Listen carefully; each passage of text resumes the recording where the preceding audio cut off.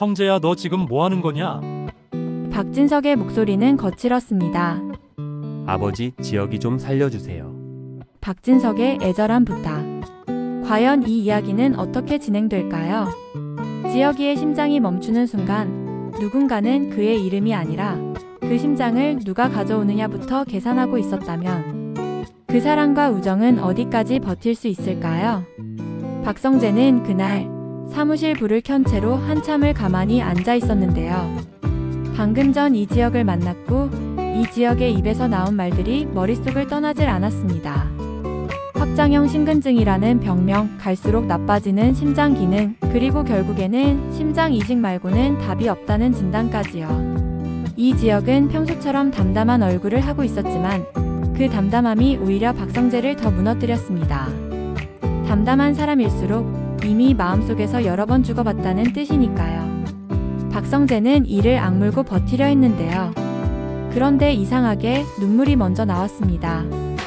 누가 보면 그가 이별한 줄 알 정도로 숨을 삼키며 울었고 자신도 모르게 소파 끝을 꽉 쥐었습니다. 그때 문이 노크도 없이 열렸습니다.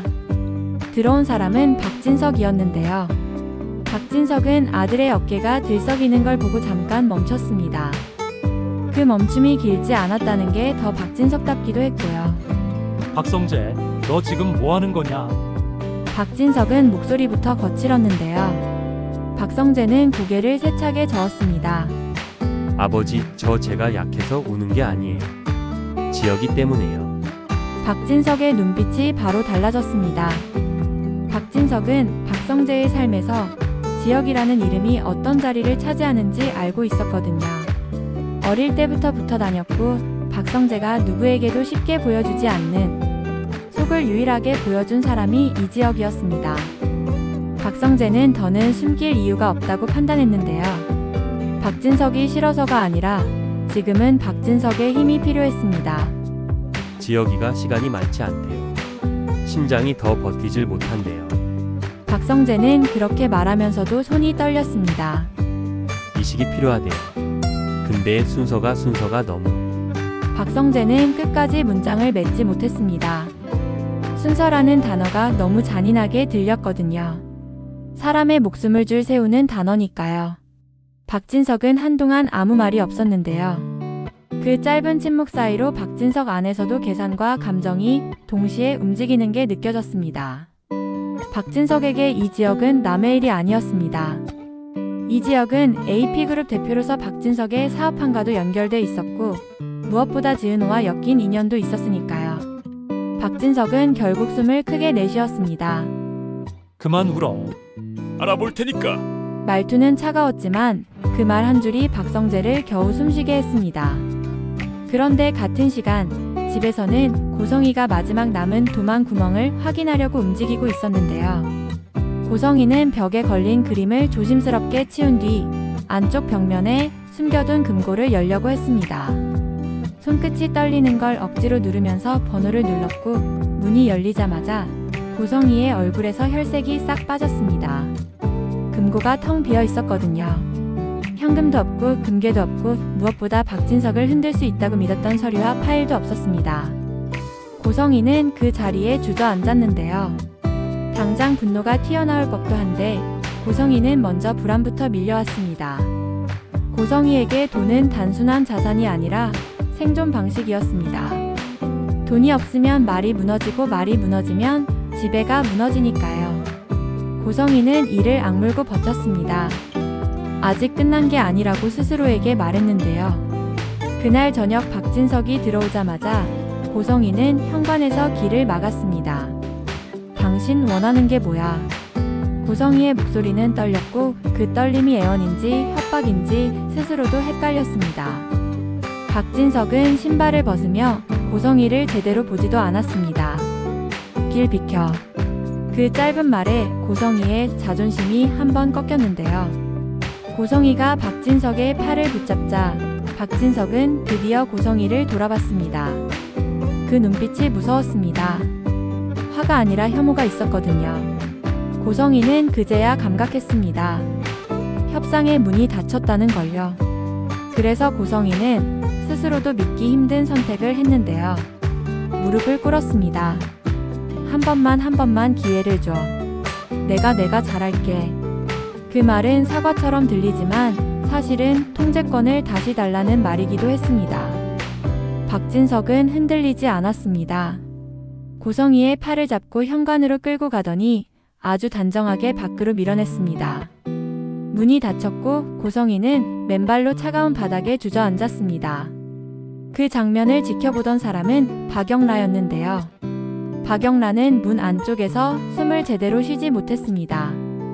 엄마가 무너지는 걸 보고도 뛰어나가지 못하는 자신이 너무 비겁하게 느껴졌고, 동시에 뛰어나가면 아버지 박진석이 자신까지 판에서 지울 것 같아서 더 무서웠습니다.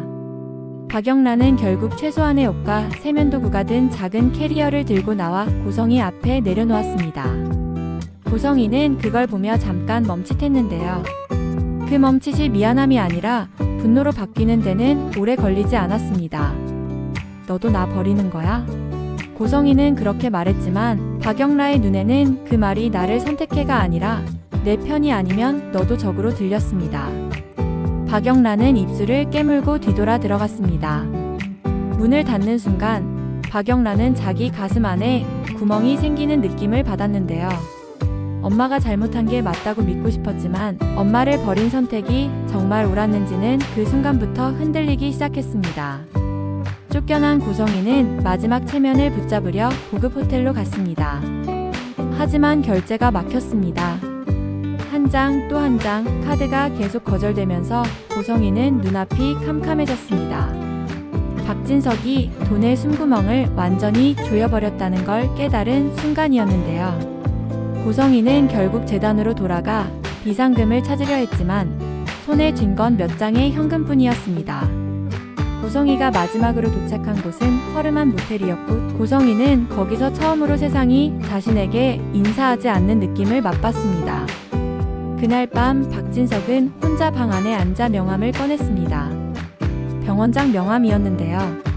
박진석은 전화 연결음이 길어지는 걸 싫어하는 사람이라 바로 본론부터 던졌습니다. 이 지역 이식되기 어떻게 되지? 병원장은 원론적인 답을 꺼냈다가 박진석의 다음 한마디의 목소리가 바뀌었습니다. 박진석은 우리 쪽 후원 구조 다시 보자고 아주 평온하게 말했는데요. 협박처럼 들리지 않게 말하는 게 박진석의 더 무서운 방식이었습니다. 병원장은 결국 말을 바꿨습니다. 환자 상태가 급하면 예외 절차가 있습니다. 내일 아침 자료만 주시면 최대한 빠르게 검토하겠습니다. 박진석은 전화를 끊고도 한참을 가만히 있었는데요. 박진석은 자기 선택이 선인지 악인지 잘 알고 있었습니다. 하지만 박진석은 늘 자신에게 이렇게 말해왔습니다. 세상은 깨끗한 방법만으로는 못 지킨다. 문제는 그 방식이 결국 또 다른 불행을 낳는다는 점이었고요. 한편 회사에서는 지은호가 이 지역을 찾아갔습니다. 지은호는 그날따라 심장이 두근거렸고 숨을 들이마셔도 가슴이 꽉 찬 느낌이었는데요. 지은호는 도망치지 않기로 했습니다. 선배, 저 오해가 있는 것 같아서요. 지은호는 떨리는 목소리로 말했지만 물러서지 않았습니다. 그리고 결국 가장 솔직한 말을 꺼냈습니다.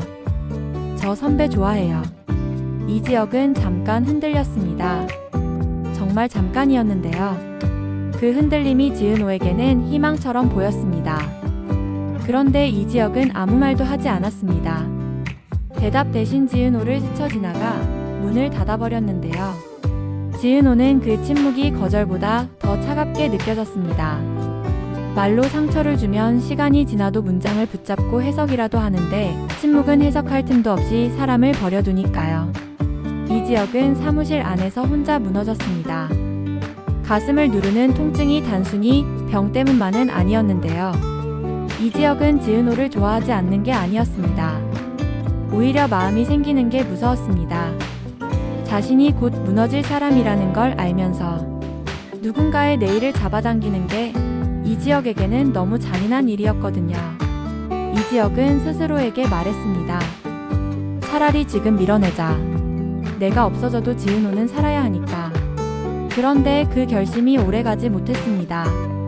이 지역은 여전히 무리했습니다. AP그룹 대표라는 자리가 그를 쉬게 두지 않았고 사실은 이지혁 본인도 멈추면 죽음을 더 선명하게 마주할까 봐 일부러 달리고 있었던 것 같았습니다. 그러다 어느 회의 자리에서 이지혁은 갑자기 숨을 제대로 쉬지 못했습니다. 가슴이 조여오고 시야가 흐려졌고 결국 프레젠테이션 문장을 끝까지 읽지 못한 채 무릎을 꿇었습니다. 누군가 대표님 하고 소리쳤고 회의실이 아수라장이 됐는데요. 그 순간 지은호가 달려왔습니다. 지은호는 이지혁을 부축하면서도 손이 떨렸습니다. 선배 정신 차려요. 제발요. 이지혁은 희미하게 눈을 떴고 지은호를 보며 아주 작은 소리로 중얼거렸습니다. 미안. 지은호의 눈물이 그때 터졌는데요. 지은호는 고개를 세차게 저었습니다. 미안하단 말 하지 마요. 지금은 살아야 해요. 구급차 안에서 지은호는 이지혁의 손을 놓지 않았습니다. 산소 마스크, 링거, 긴박한 의료진의 말들 속에서도 지은호의 머릿속에는 한 장면만 떠올랐습니다. 복도에서 자신을 지나쳐가던 이지혁의 등. 그 냉정함이 사실은 지은호를 밀어내기 위한 냉정함이었다는 게 이제야 너무 선명해졌습니다. 그때 지은호의 휴대폰이 울렸습니다. 박성재였습니다. 박성재는 숨을 몰아쉬며 물었습니다. 지은호, 지혁이 지금 어디야? 지은호는 떨리는 목소리로 대답했습니다. 응급실 가는 중이에요. 박성재는 잠깐 숨을 삼키더니 확신하듯 말했습니다. 괜찮아. 방법 찾을 거야. 지혁이 살릴 수 있어. 그 말은 위로처럼 들리면서도 어딘가 섬뜩했는데요.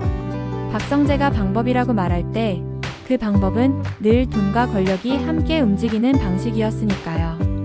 병원 응급실에서 이지혁은 겨우 안정됐지만 의사는 분명히 말했습니다. 지금은 일단 넘겼지만 다음은 장담 못합니다. 이식이 빨라야 합니다. 지은호와 박성재는 눈을 마주쳤는데요. 둘 다 같은 생각을 하고 있었습니다. 시간이 없다. 이때 이지혁이 조용히 등장합니다. 이지혁은 소문을 남보다 빨리 듣는 사람이 아니었는데요. 오히려 증거가 모였을 때 움직이는 사람이었습니다. 그런데 이번만큼은 빨랐습니다. 지은호가 응급실 앞에서 무너질 것 같은 얼굴로 서 있는 걸 보는 순간 이지혁은 마음이 먼저 움직였거든요. 이지혁은 지은호에게 물었습니다. 지은호, 지금 제일 무서운 게 뭐예요? 지은호는 울먹이며 대답했습니다. 내가 또 혼자 사랑한다고 했다가 또 혼자 남는 게요. 이지혁은 그 말을 듣고 한참 있다가 짧게 말했습니다. 이번엔 혼자 두지 않을게요. 그 말이 지은호를 더 울렸습니다. 위로가 따뜻해서가 아니라 따뜻한 위로가 오히려 죄책감을 건드리니까요. 며칠 뒤 병원에서 연락이 왔습니다. 기증 가능 건이 잡혔습니다. 이 말이 복도에 떨어지는 순간 사람들의 표정이 동시에 바뀌었습니다. 희망이라는 단어가 너무 오래 멀리 있었으니까요. 수술 준비가 빠르게 진행됐고 이지혁은 들것에 실려 수술실로 향했습니다.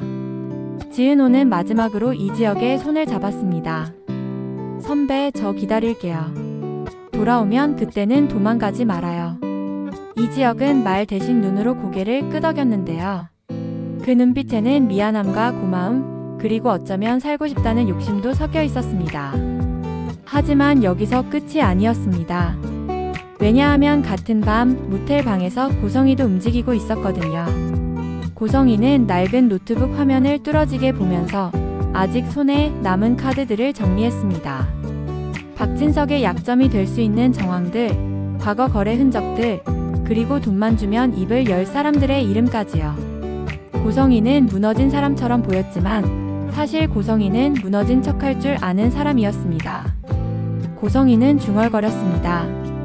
박진석이 나를 끝냈다고 생각하는 순간 그때가 시작이지. 그런데 그때 박영라의 휴대폰에 메시지가 하나 도착합니다. 발신자는 저장되지 않은 번호였고요. 내용은 짧았습니다. 기증자 건 정말 우연일까요? 당신 엄마가 건드린 라인입니다. 박영란은 숨이 멎는 것 같았습니다. 엄마를 버린 선택이 끝난 줄 알았는데 그 선택이 또 누군가의 심장과 연결돼 있다면요. 박영란은 거울 앞에 서서 자기 얼굴을 보았는데요.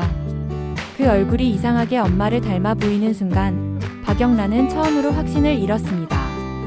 내가 아빠 편을 든 게 정의였을까? 아니면 더 큰 판의 부품이었을까? 수술실 앞 빨간 불이 켜진 채 시간이 흘러갑니다. 박성재는 벽을 바라보고 서 있었고 지은호는 두 손을 모은 채 입술을 깨물었고 이지혁은 조용히 지은호 옆에 서서 무너지지 않도록 버팀목이 되어주고 있었습니다. 이상철은 멀리서 달려와 아들의 이름을 부르려다 결국 입술을 떨며 멈췄고 김다정은 이상철의 어깨를 잡고 지금은 버텨야 해요라고 속삭였습니다. 그런데 바로 그때 박진석의 전화가 조용히 울립니다. 박진석은 화면을 보고 표정이 굳습니다. 화면에는 단 한 줄이 떠 있었는데요. 회장님, 고성희 쪽에서 기증자 라인 관련 자료를 들고 움직입니다. 박진석은 짧게 눈을 감았다가 뜹니다. 그리고 혼잣말처럼 낮게 말합니다.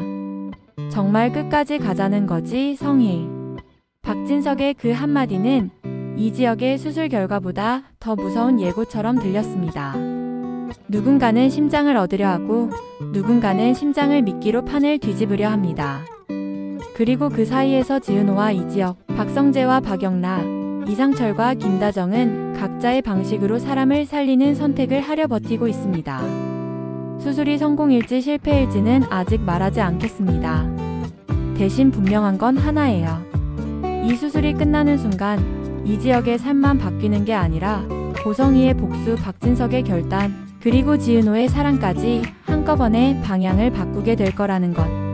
다음 전개에서 기증은 우연이었는가라는 질문이 이 집안의 모든 관계를 찢어놓을지도 모릅니다.